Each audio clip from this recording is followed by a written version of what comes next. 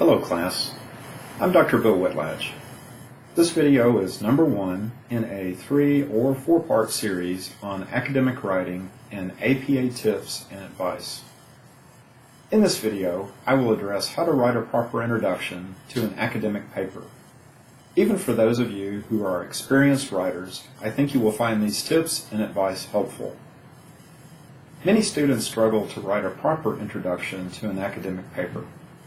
Most students just start talking about the topic or the assignment. Let me give you some very specific steps for the first paragraph or two that will help your paper flow and generate interest in your topic. First, I want you to pretend as if you're writing the document to your boss or the CEO of your company.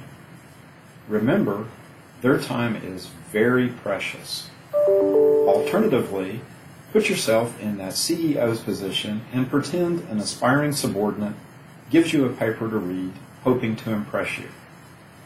What would you want to know right away? Remember that this means they know absolutely nothing about your class or the topic. Therefore, an introduction is essential. If you really want them to read your paper and form a positive opinion of you. Introductions in documentary and academic work are very specific.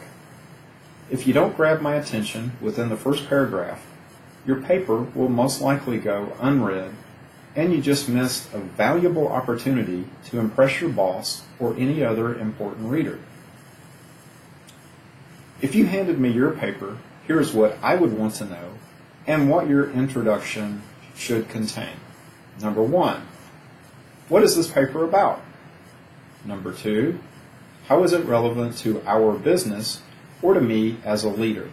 And number 3, what will I learn when I read this paper that I might not have known before, or what's this paper going to cover? Another common mistake, especially in the introduction, is using personification. Saying things like, this paper will talk about, or speak to, or address, because these are human traits, and the paper is an inanimate object. You, however, can say things like, in this paper I will address, etc. For example, if our topic were about organizational behavior, would you agree that any executive who cares about his or her organization would be interested in organizational behavior and all of its related aspects? I would certainly think so. Therefore, an example of a good introduction might start by saying something like,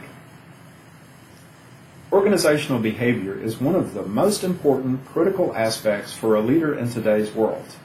In this paper, I will discuss 3 important aspects of organizational behavior. Leaders who create strong, positive corporate cultures are significantly more likely to retain their employees, reduce unethical behavior, and keep employees highly motivated. Additionally, I will discuss 3 key performance indicators, or KPIs. These KPIs are coping with organizational life, emotions and stress, organizational ethics, and corporate responsibility. This is just a hypothetical example.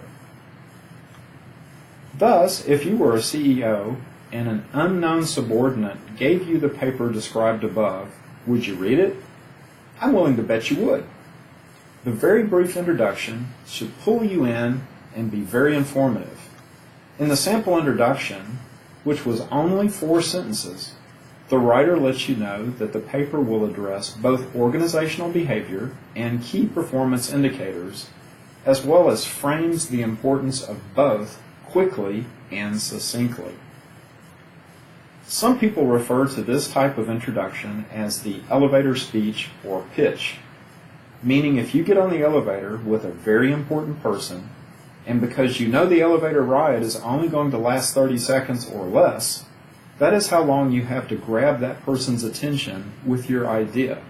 So your thoughts must be short, clear, and succinct. After you have your first paragraph or your introduction written, you can easily move into a transitional paragraph, which is where most of you are starting your papers. Then begin with your first topic or required element of your paper. Always introduce the required element with an APA third level heading. A third level heading is left justified and in bold font.